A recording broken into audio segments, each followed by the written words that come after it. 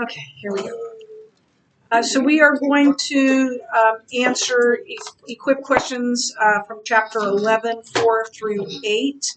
And then I will give you a chance to, well, no, we might just keep moving on ahead here. I don't know. We'll see. We'll see what happens with our time. Okay. So question 4 asks this. Explain how leaving in demanding sayings of Jesus implies that what the writers wrote was probably true. So why are demanding sayings evidence? Because if people were going to make up a religion and someone to teach that, they wouldn't put in difficult things that would be impossible to achieve. They put in things that they would support, that they would want. My guess is that if I told you right now that tomorrow you need to turn in a 20-page paper, single space, about the divine nature of Jesus, you would start twitching, right? You would be like, no, that can't, no. And you, yeah. It's because it's exactly. Exactly.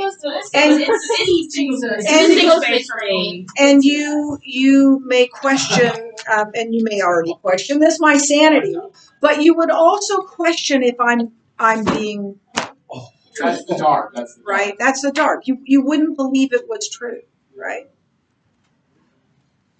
So why would the disciples put in things about Jesus that were similarly outrageous, seemingly? Yeah, they were true. They were true. That because it wasn't helpful for them. And remember, they're trying to get people to believe in Jesus, right? And he's saying, "Eat my flesh and drink my blood." Oh, sign me up for that one. That's not going to help their cause. Most religions that try to mimic Christianity dumb it down, right? They leave out those parts about, look, Jesus paid it all to him I owe. You say, yeah, no, not really. You just got to keep the rules. That's all you got. We can't do that. And so the only reason they would do that, if they're trying to win people over to Jesus, that is not what you're going to say if that's the only reason you're doing this, is trying to get people to believe in Jesus. Unless it's true. And so they would only give this impossibly high standard if it was true. If it was that's the true standard. Perfection for Jesus. And we can't be perfect, right? I saw a hand.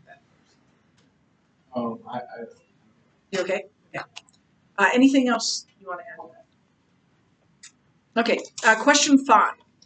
Explain how carefully distinguishing Jesus' words from their own implies that what the writers wrote was probably correct. Well, Jesus says some stuff, but he also leaves out a lot of stuff. Like, there's not a lot of stuff that he doesn't say stuff about, right? And so it'd be really easy for him to make up something that he said about that to kind of resolve that meaning, show that Jesus says something about this. But they didn't, right? And they made it very clear what they're saying. And they may use principles of the truth, but they don't say, Jesus said, don't eat food that was sacrificed. They didn't add anything. Yeah, in those cases. The fact that it's told with the context of a narrative, like it kind of has a plot, and and that it's like separated pretty distinctively. Like it kind of reminds me of Divergent Details. Like you don't, it's not one like monologue of an agenda. Like it separates the like disciples' biases to Jesus, and oftentimes the disciples were the ones that have like assumptions about something or like some bias or prejudice against someone, and Jesus would not take that stance. And I think that very clearly, which shows that like the disciples themselves, their agendas were kind of put aside, and Jesus kind of like, went against them or surprised them with that. Yeah, they didn't. Jesus' agenda was their agenda. They didn't bring in their own agenda. Yeah, so it shows that they were careful only to write what Jesus truly did and said. Look, there were a host of disagreements in the early church. Okay, so Jesus is Lord. Now we're Christians. Baby boys still have to be circumcised? Should Gentile male converts be circumcised? This was a huge deal. What about eating kosher? Do we still have to do that? What about people who are Gentiles that are coming to Christ? Do we have to have them eat kosher? And it became, in fact, I told you one of the embarrassing things is the tiff between Paul and Peter, arguably the two most important early church leaders. And when when Peter was with Gentiles, he didn't eat kosher. But when he was with Jews, he did. And Paul calls him out on that. It's like, look, we don't live by the law anymore. We don't have to keep the law. Jesus paid it all. Now, the moral law is a different thing. But things like circumcision and rules. And then what about, I don't know if you understand when I say eating food sacrificed to idols. So idols didn't, I know this is going to be like a shocker, the idols didn't actually eat the food that was given to them. And if you've been to a Hindu temple or a temple with other idols, they still do that. They dress them up, they give them food. And so what would happen to that food is the next day it would be taken down to the marketplace and it would be sold. And so the question for Christians became, okay, is it a sin for me to buy and eat food that was offered to idols? And Paul's take on it was basically, look, if it's a problem for you, then don't eat it. It's not a sin, but if you know it was from the temple and that bothers you, then don't eat it. But if it doesn't, then it's not like it's, a sin. But they had to walk through those things, and they did so, but they didn't play the Jesus card when they did that, right? And because Jesus never addressed that specifically. So let's see. So there were numerous disagreements and theological issues in the early church, and the easiest way to solve that would have been to bring Jesus into it and say, this is what Jesus said, but they didn't, because Jesus didn't say that. Jesus didn't talk about those things. Explain how including events related to the resurrection implies that what the writers wrote was probably true. So it starts with the burial of Jesus. Yes.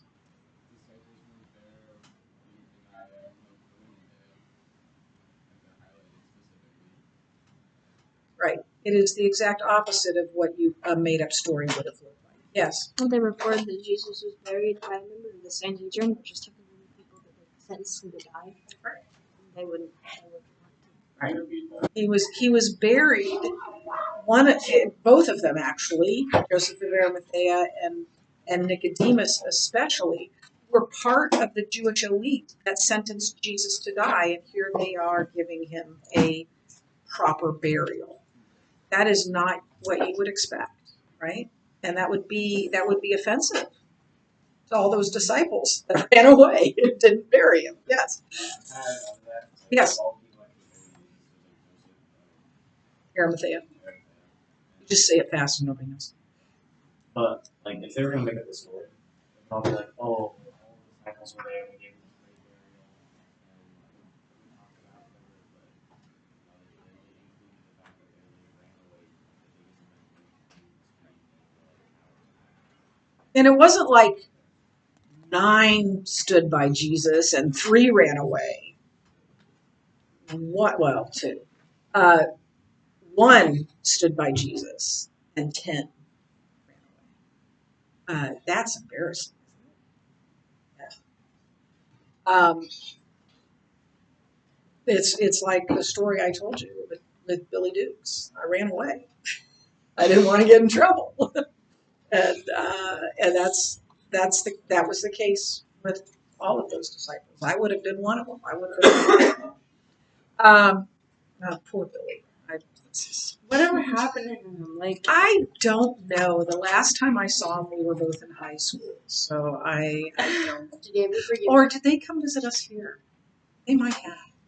But that still would have been when I was in high school or college. He probably still hates me. Probably. That's what I was asking. I was like, did Probably. I mean, though, when we were in Berlin, I mean, he taught me how to. He was trying to blow me up to make matches into fireworks. I was just hoping you would miss it. Maybe he's like, I know what? I'll get back at her. I'll make her catch on fire. See how she likes that. Oh, that Yes, kind of a fallacious response. Forgiveness. it is. But he wasn't a believer, so I wouldn't expect it. But yes, sure. It wasn't I'm a gonna- fallacious I'm gonna response. go No, don't give him that. It wasn't it wasn't logically unsound. Yeah. So it wasn't. That would be fallacious. So that's the burial of Jesus. Who were the first witnesses? Women. Women. How embarrassing. Why does that have to be true? Yes. Women. Oh, it literally was. Yes. Because, like, back in the day, like, a Women. woman's testimony was basically meant nothing. So, like, for them to come and to tell all these guys that what they saw, and for that to be the first, like, people for them to see, and the people that would have to spread the word, like, that was, there's no one, like, set up. It was embarrassing that the women were there. It wouldn't have been believed. And when they went to the disciples and said, he's risen, an angel told us, what did they say?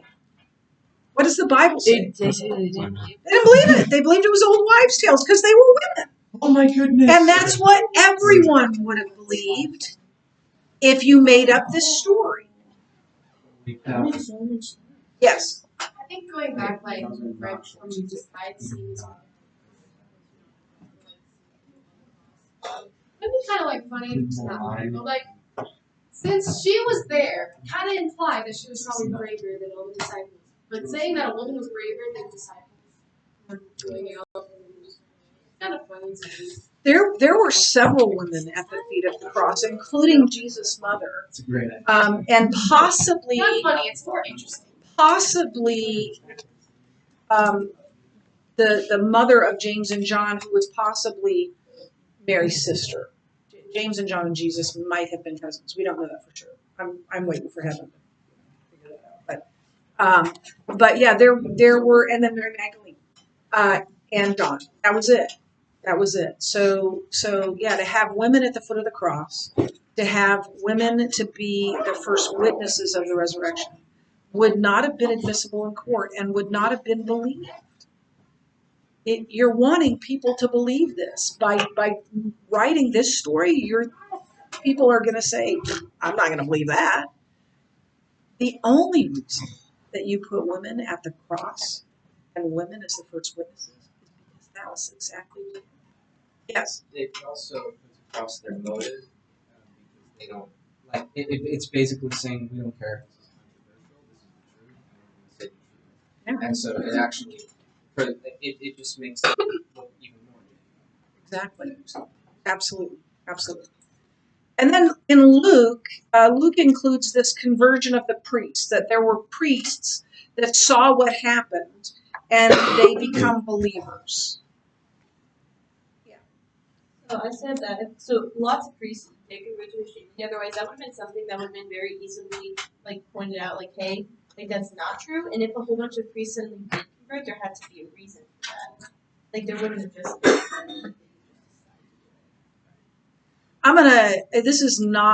This is not a one for one sort of thing, but I'm gonna give you something that was a shocking conversion back in the 60s or 70s.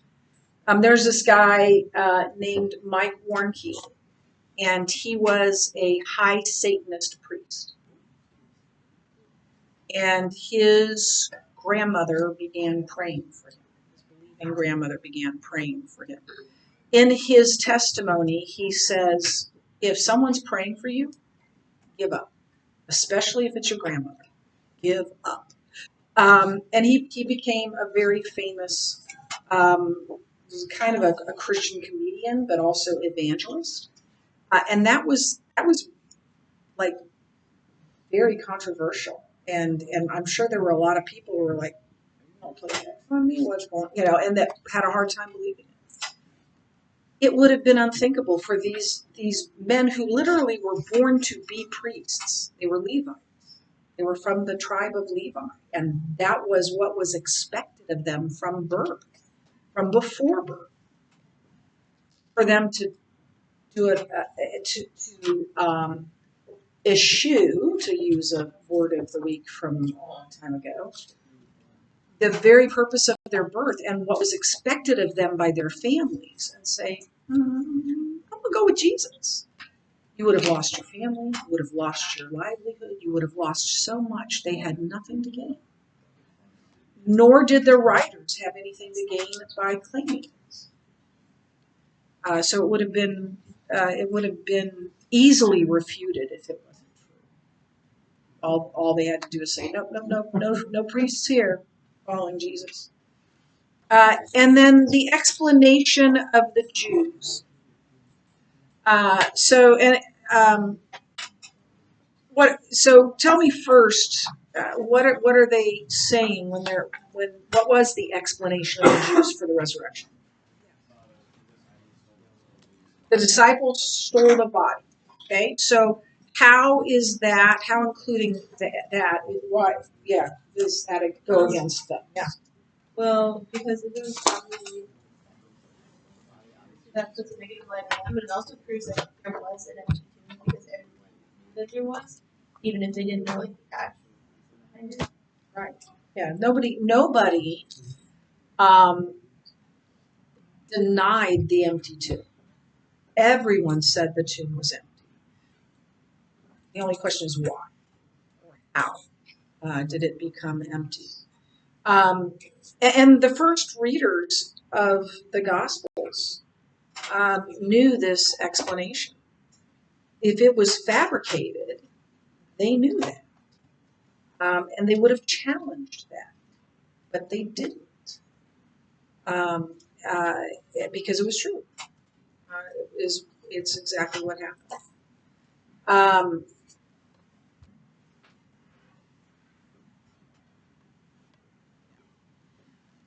Anything else on that? Okay, let's look at 7.